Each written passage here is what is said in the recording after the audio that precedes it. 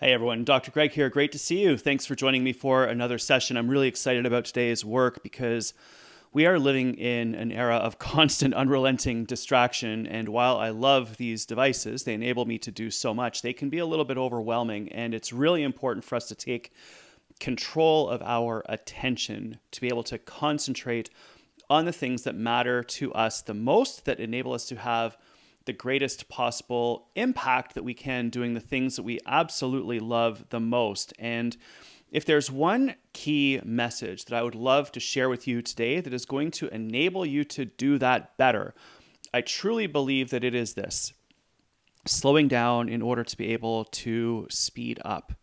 Now, let's just imagine for a moment that you come to my lab and we put some electrodes on your head and we measure a whole bunch of brain waves that are coming out of your brain. And the reality is that these brain waves are created when we go about doing our day, our week, our month, our year. And different types of brain waves are created when we do different types of activities.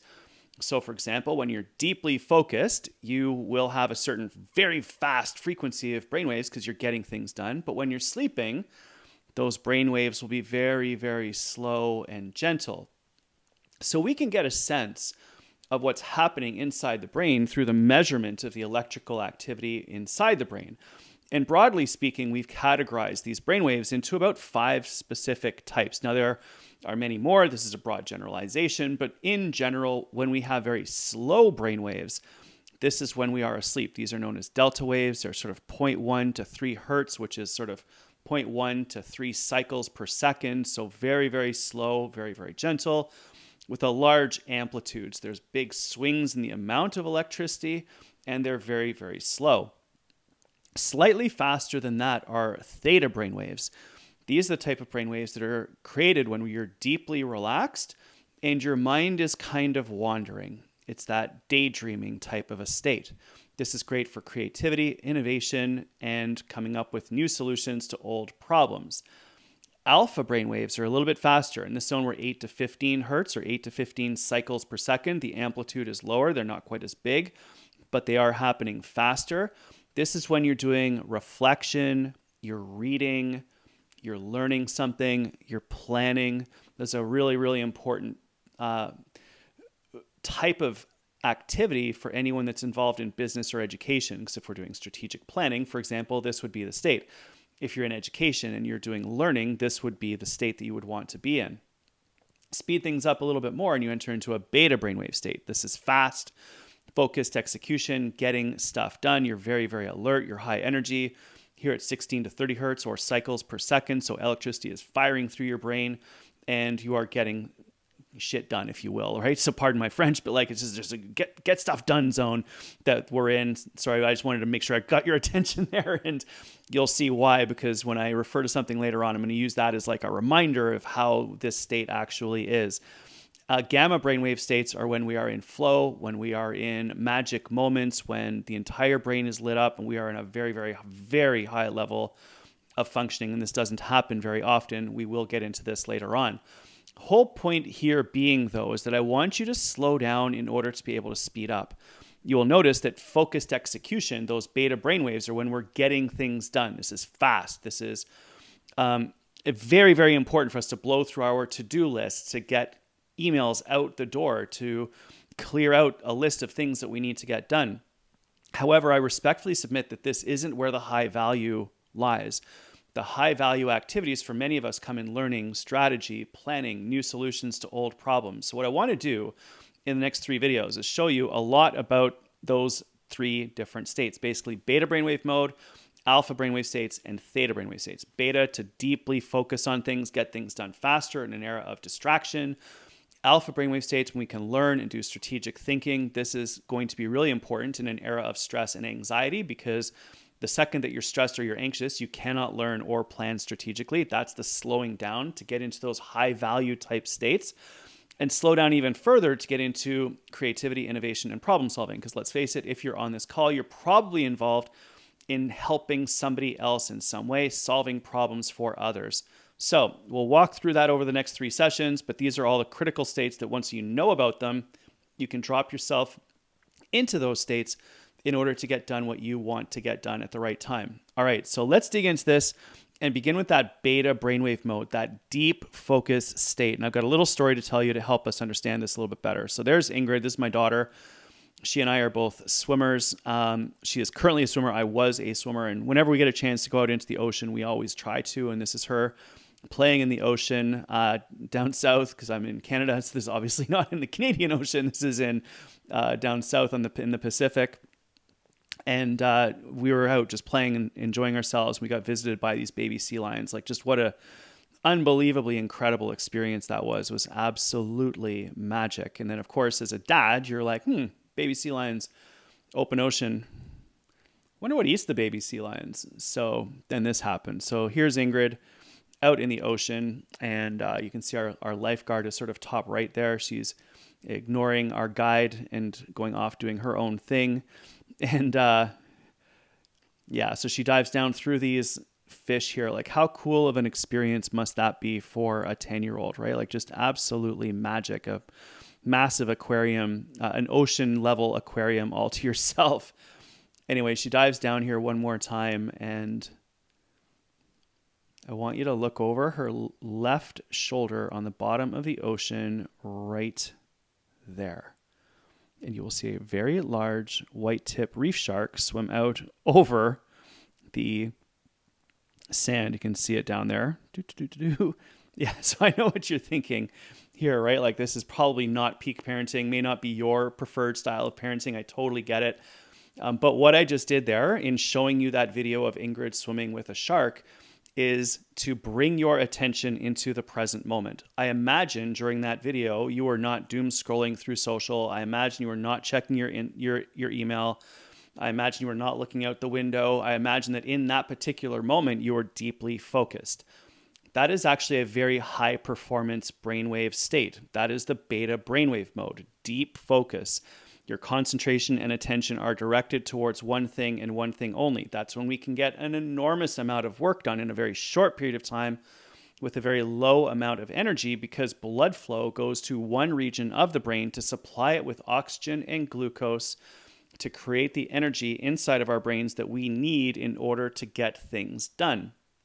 This deep focus state is a prerequisite for high performance. We know that when we look at athletes, that you can see that they are deeply focused. She is focused on, Coco Gauff is focused on the one thing here that matters, that ball. She is about to absolutely crush it. I had the opportunity to take that photo a few weeks ago at the tennis championships here in Toronto, Canada, where I live, and I'm just amazed at watching these incredible athletes. But when you dissect it and you look at it, you can see that they are doing very specific things that enable them to be world class, that enable them to achieve great things. And world-class performers in almost every discipline: sports, music, drama, business, science, education. All of them, all of us, learn to focus deeply on that one thing and defend your attention from distractions. And that is really my first major recommendation that I have for you today, is to recognize that we are living in an era of deep distraction. Looks a lot like this. And I need you not to be functioning like this. I need you to consider that this is not a high performance state. Just put away your phone and go for a stroll around the streets or the office or the bus or the school or whatever, wherever it happens to be. And we are functioning an awful lot like this right now, right? Like, not this bad, obviously, this is a joke, but you get my point. It's just like the level of distraction that is existing in our society right now is so profound. I think it's actually quite disturbing and really, really, really problematic. Not so much this. I mean, this is obviously, a smattering of specific videos, but imagine that you're meeting with someone on your team, and while you're talking to them, you have this out. Or even worse, you're having dinner with your family and you're checking your email instead of having a conversation with your kids at dinner when you actually have a chance to be with those people that you love. Ultimately, we are living in an era of massive distraction. And I would respectfully submit that many of us are actually addicted to this distraction. I struggle with this. I am not alone. I am absolutely not perfect by any stretch of the imagination on this. I teach this stuff, and I had to uninstall all the social media apps on my phone because I would find myself doom scrolling through social at 10 o'clock at night if they're there. They're too good. The algorithms are too strong. The neurophysiology is too powerful. And if you want to get a sense of this and you're like, no, I'm good, double check and actually look at your screen time. There is a function here, just search it up, screen time, and it will tell you how much time that you are spending on your various different activities and how much time you are actually looking at your devices throughout the course of the day. And if you want to get into better shape, I guarantee you there's time that you can find here that you could unlock to enable you to go for a walk, go to the gym. If it's not getting in shape, it might be improving your mindset. It could be learning something. It could be doing your meditation. It could be listening to music, playing music, making dinner, eating food with your family and friends, connecting with loved ones, sending out some personalized emails to the people that you potentially want to work with. I love this quote by Peter Diamandis. If we were to forego our television addiction for just 1 year, the world would have over 1 trillion hours of cognitive surplus to commit to shared projects. This is a population level challenge, and the challenge that I'm issuing to you individually is this, though. I'd like you to live a lot more like this. In fact, what I'd love for you to do is to turn off the audio notifications on all of your devices forever. Primarily because it's going to help you, but also it's going to prevent you from distracting other people around you. If these audio notifications are going off all the time, not only is it getting your attention, but it's getting the attention of everyone in your environment, and everyone ends up distracted.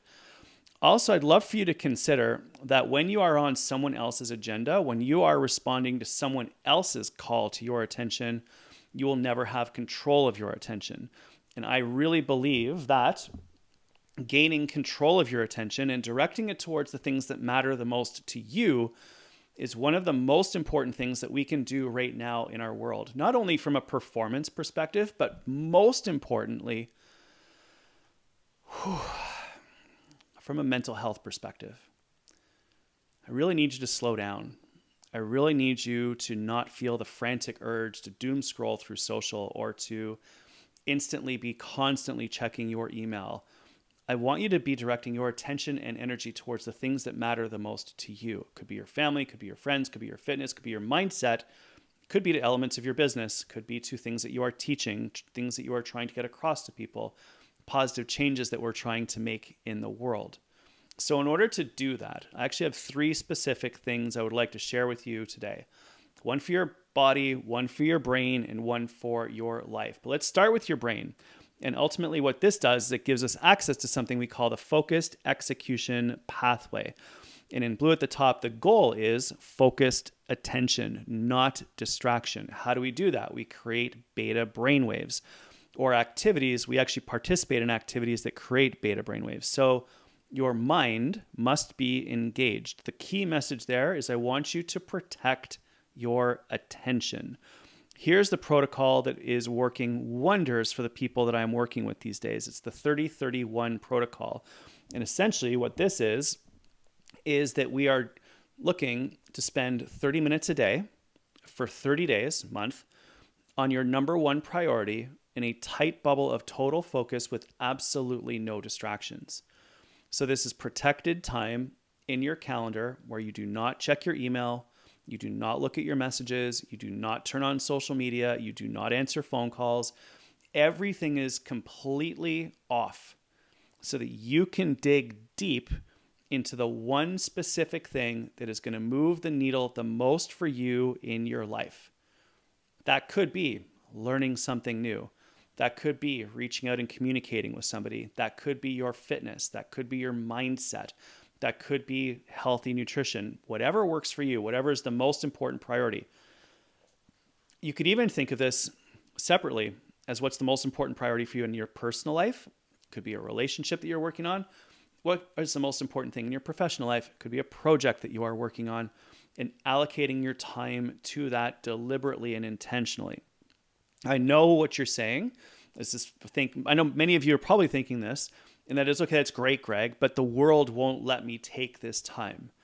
The world is too busy. There's too much stuff coming at it. There are expectations on me to be available. I get that. So I want to submit this to you. Check this out. This is an email that was written by one of the people that I was working with, senior vice president at a financial institution. She put this as her autoresponder when she went away for vacation. Let's just check it out. It's that time of year again, time for my annual digital detox. This means I'll be going on vacation and leaving all of my devices behind. Another big challenge that I have for you at some point. That's right, no phone, no iPad, no laptop, no contact with the digital world. And when I come back, this is the key thing. When I come back, I will delete all emails sent before March 18th. So send it again on the 18th if you really need me to see it. I have an amazing team that can handle anything thrown at them while I'm away, and they will be able to take good care of you. If you need anything in my absence, please contact my EA and he will help you navigate to the right person if you need any assistance during this time. Thank you for helping me take a vacation. Yours truly. P.S. You should try this too. I encourage you to try this too. But here's the key thing. One is it's a full commitment, no technology. Two is that she's preparing in advance for the onslaught of sitting down on the Monday morning after March break and seeing the 856 emails. And what she did was Control A, select all, delete, got rid of all of them. And then she told me afterward, I was like, how many people emailed you on the 18th? She's like, 8, because everything had been taken care of in her absence. So that's really important. There's a commitment there. There's a chance for her to disconnect. There's a expectation that when she comes back, she's not going to be super stressed. She's going to put all of that to the side, place the responsibility on others to continue to communicate with her when she needs to do that. And here's the most important thing out of all of this. She clearly communicated it to the people around her. If you are going to do the 30-31 protocol, or have lunch without your device, or go for a walk every day without your device, or go to the gym and not respond to emails, just tell people. You will be amazed at how much people help you right now if you want to try to make a shift towards protecting your attention. When we give people notification that literally you're like reverse notifying people, you notify people, hey, I'm protecting my attention for this time of the day so that I can allocate it towards the things that matter the most to me, that are the biggest impact. They'll support you. They will help you because everyone is so distracted right now. They get it. If you tell people, yeah, I deleted all the social media apps off my phone, that is something I am telling people because now people don't expect an immediate response from me when they DM me on these various different platforms. So we have to protect our attention in an era of distraction. I hope I've inspired you to do a few things there. Now, I've mentioned exercise a few times. This is the second element of our focused execution pathway. It's the body. Check this out. This is the electrical activity inside the brain of a zebrafish at rest. As soon as it starts to swim, the whole brain comes to life. I love this image. I show it all the time. You are seeing the mind-body connection in action here. And what we have learned is that physical activity and movement enhance our ability to concentrate, be alert, learn, problem solve, be more creative, and to innovate. So I strongly encourage you to consider sprinkling physical activity throughout the course of your day. Specifically, when we exercise, walk, run, jog, swim, bike, paddle, lift, play, anything, that increases our ability to concentrate and to focus. There's very cool research that shows that over here on this side of the equation, we have a group, this was research done in an inner city school in Chicago,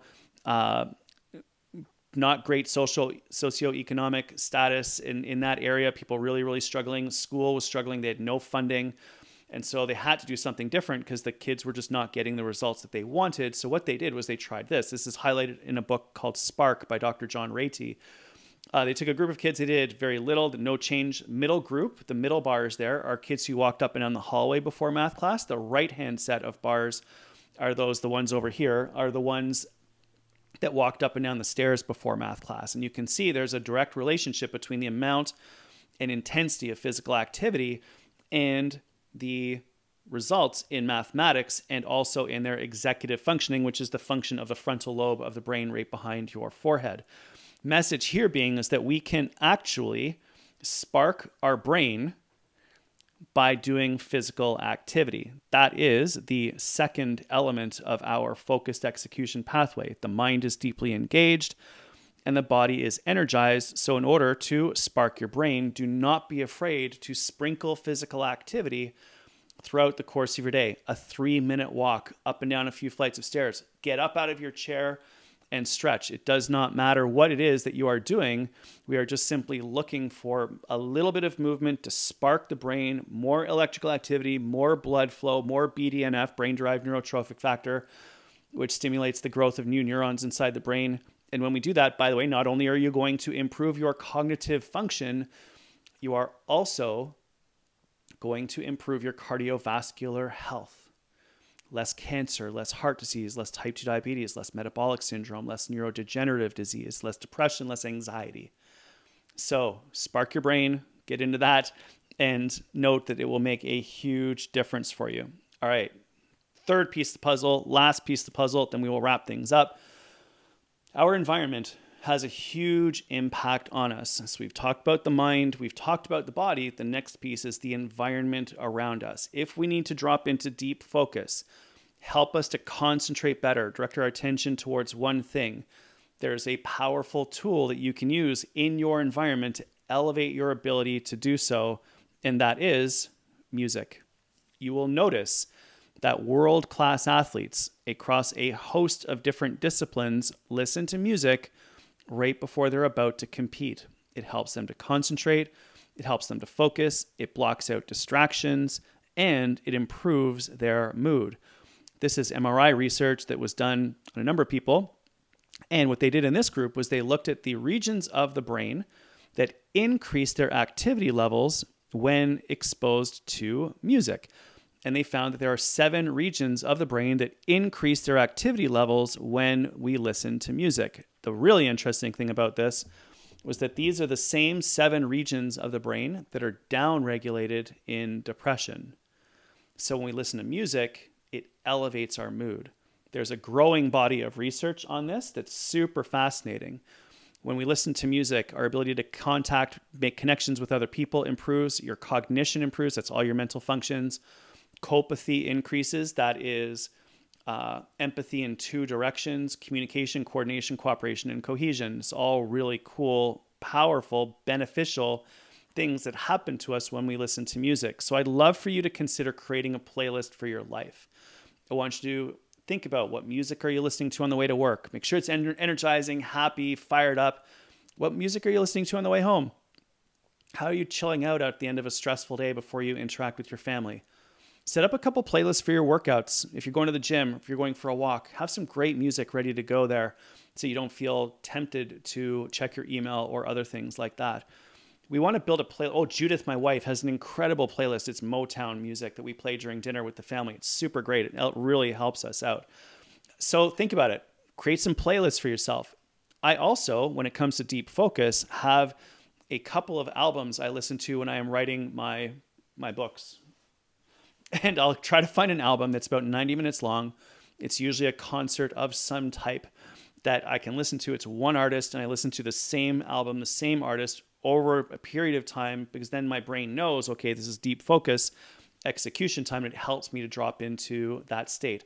The one caveat to this, though, is that it shouldn't be new music if you are trying to focus on something else. It has to be music that you're very familiar with, that you've listened to many, many times before. That enables you to fall into deep focus on a different task because you're familiar with the music. You're not trying to learn new lyrics or see what's the new song they've just come out with. It's something that you're deeply familiar with. All right, wrapping things up today, because I know this is a lot of material and I'm looking forward to seeing your questions in the comments. So what we're dealing with here, focus execution pathway. We're trying to create deep focus and allocate our attention towards one specific thing. How do we do that? We create beta brainwaves. The mind is deeply engaged. How do we achieve that? We protect our attention. We block distractions. The body is energized. We want to spark our brain. We want our brains to be lit up. How do we do that? Sprinkle physical activity throughout the course day. And our environment is one where we can leverage the power of music. So I encourage you to create playlists for your life.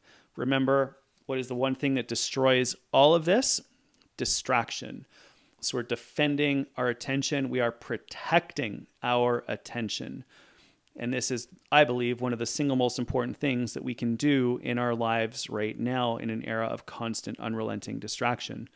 I love this quote from George Lucas, creator of Star Wars. Your focus determines your reality. So let's protect our focus. Let's protect our attention. Let's direct our concentration towards the things that matter to us the most in our lives. If you want to learn more, I have actually an entire book out on this called The Focus Effect. I wrote this with Bruce Bowser. It's super simple, very, very straightforward. If you want to check it out and learn more, this is a great option for you. There's actually a 12-week protocol that we have in this that leads you through 12 weeks of activities you can do to help you block out the distractions of the world around you.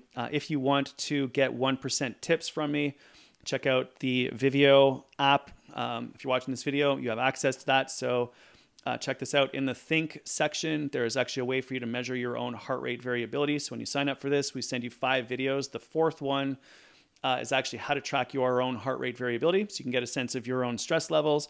And if you want to access this video and all of those resources, everything is here at that link, drgregwells.com/performance, and you'll see all of these resources there for you. And hopefully that's super helpful. All right, everyone. I really appreciate you being here. Really appreciate you learning with me. Really appreciate you taking the time to think through all of these challenges. I know this is not easy. This is an era of distraction. These devices are super powerful. I have all of them. I use them to help me live a better life. The final thing I want you to think about, though, is this: intention, not compulsion. I want you to intentionally use technology to make your life better, but I don't want us compulsively doom scrolling through whatever is making us not feel very good at times during the day when we could otherwise be doing something a little bit better. So that's the message. That's the idea. That's the hope that I have for all of you. If you have any questions, send them to me through, if you receive this video through the email reminder, that's great. Just reply to me, or just use the contact page on my website. That works too. And we'll get to your answers the best that we can. All right, everyone, that's it for this week. Thank you so much. Really appreciate you being here. Keep up the great work. I know that this is tough and some of these ideas are hard to implement, but they are so totally worth it. All right, everyone, that's it. Take care. Have a great week. Thanks for being here. Really appreciate you.